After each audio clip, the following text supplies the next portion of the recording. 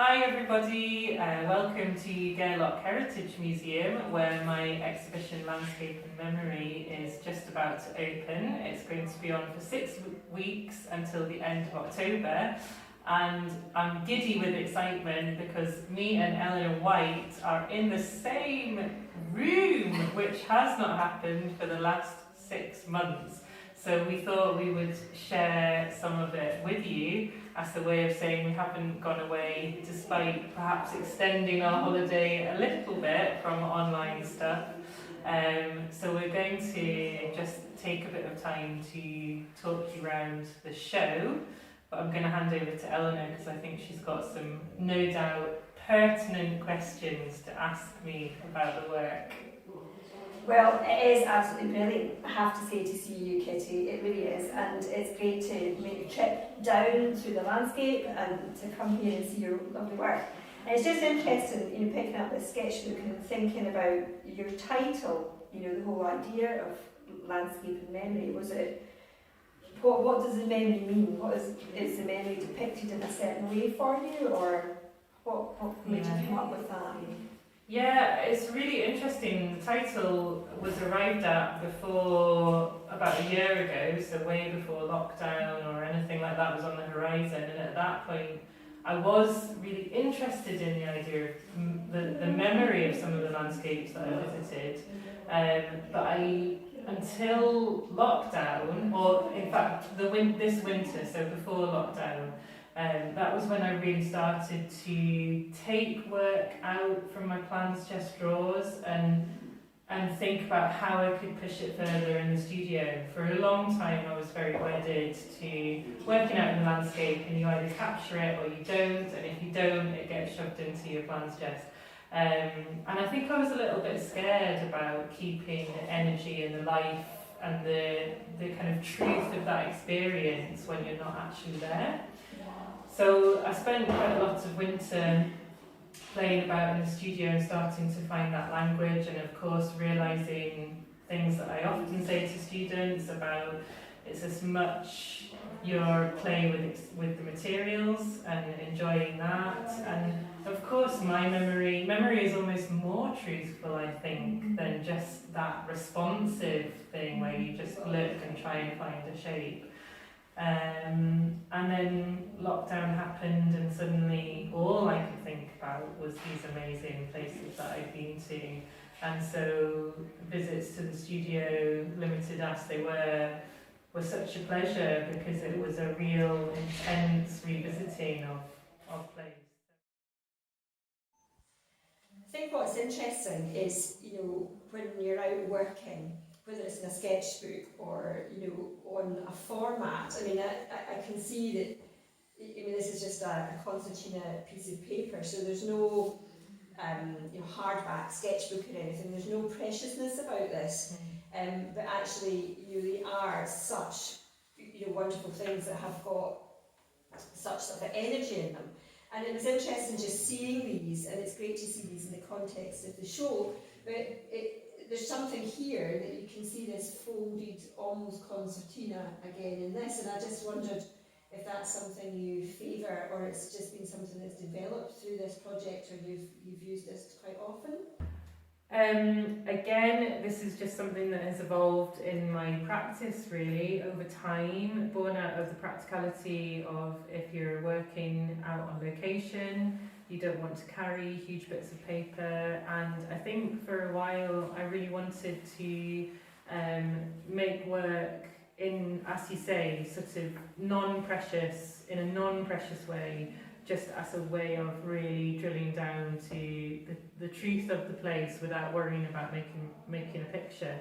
And that's exactly what I found through just folded sketchbooks, and of course, as many of you know from my trouser book demonstration, what I love is the flexibility of these. So you maybe work in a hole, but then suddenly you see all sorts of curious and interesting compositions that you hadn't thought of when you started the piece. So it was born out of practicality, but more and more, and again this is kind of new for me in this show, This piece, for example, again, I have to confess, born out of practicality. I thought I was going to work small. I thought I was going to work different panels of the location, which is St Abb's Head. So I started, and then in fact the landscape, which is such a vast landscape, just had to be put down on the paper. But I've deliberately allowed these lines to come through because, of course, the longer you look at a piece like that, the more you start to think about all the maps that we use and the way that they fold, and of course that's directly tied to location. And also, as a viewer, once you see those creases, you start to look at the composition completely differently, and I like that relationship. And in fact, it almost echoes my experience of working in the landscape, where for a while you might just be looking and really trying to figure out certain areas, and then you zoom out and you see the whole and that play between the two. So it's certainly something that I want to keep working with and keep exploring in my work. So great to have the opportunity to show some pieces like that for this exhibition. Kittie, it's really interesting what you were saying about being outside and trying to capture the energy of it, but also the difference about when you come into the studio. But that whole thing about memory, about being outside, it's interesting about how a couple of pieces that you've worked, I've seen that they're almost been either sort of folded up deliberately or a bit stuck on, and I wonder, is that a piece that you've worked on outside, or have you tried to recreate this sort of a more piecing together of information?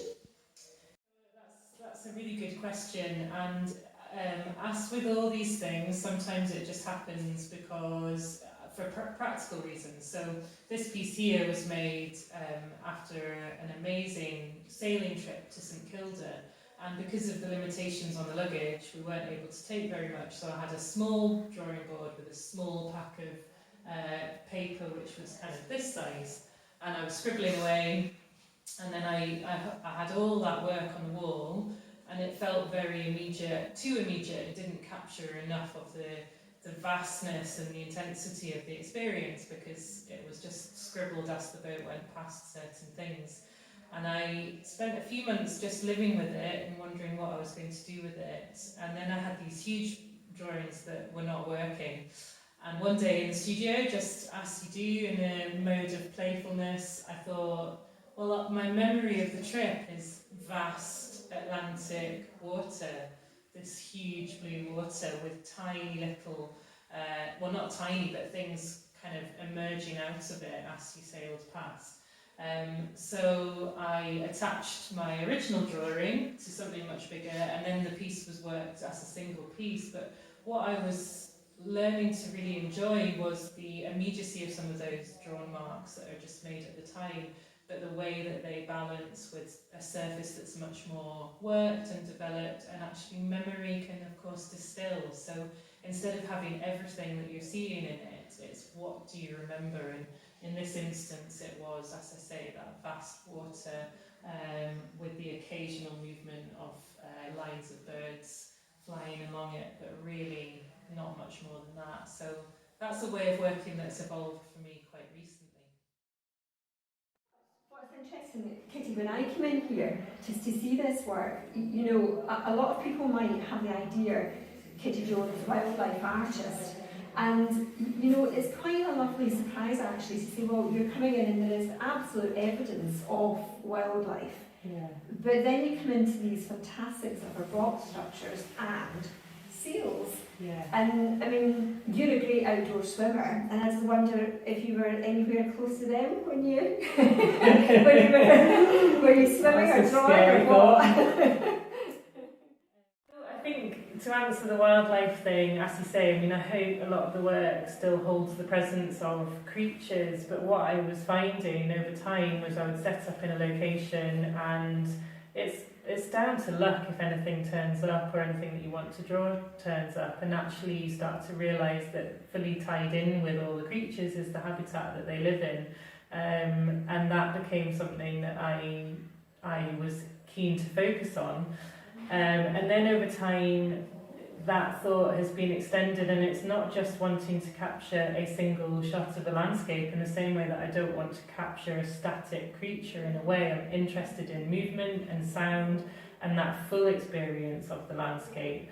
And so the work has evolved over time as I've become more interested in capturing my experience within the landscape, and a lot of the lines that you see in the work might be bird sounds that I've responded to, or movement over time, and I guess the materials that I use allow me to build up those marks, and that can be something that conveys a sense of energy in the land. The seals, oh my goodness, I didn't swim with them, but they were drawn on the Isle of May originally, and I'd done lots of bird drawings for a long time, and I'd always avoided seals because you just think big, formless things, I'm ashamed to say. But I spent a couple of days really focusing on the seals, and of course they're not at all formless once you start watching them. And it's very interesting seeing the relationship that they have between land and water and the way they move between the two. And definitely my swimming has influenced the kind of work that I make. And it's a slightly intangible thing, but when you swim, as Eleanor will know as well, as you will know, you see the landscape from a completely different point of view, and so I'm really interested in that almost bird's eye view from the water of the landscape. And I think, looking around, some of that is definitely starting to creep in. So I'm interested in that, the way that the more time you spend in the landscape, the more abstract in a way your response becomes, because you're feeling it more, and there's you're sensing much more of the movement, the sound, and the kind of overlying sort of history of the place, which is just, it's good to feel that coming into the work. It feels like there's a deepening of it, and that ties in with the memory of landscape as well, rather than just always that reactive way of working. I think the great thing for me is it's absolutely brilliant to come down here to Gairloch to see this show, and obviously you all know that we work in Liverpool together, and Kittie's came all the way up from Edinburgh. But what for any of you who have been in lockdown, or haven't been out to the edge of the coast, to come to Gairloch, you will see a fantastic landscape that surrounds us here.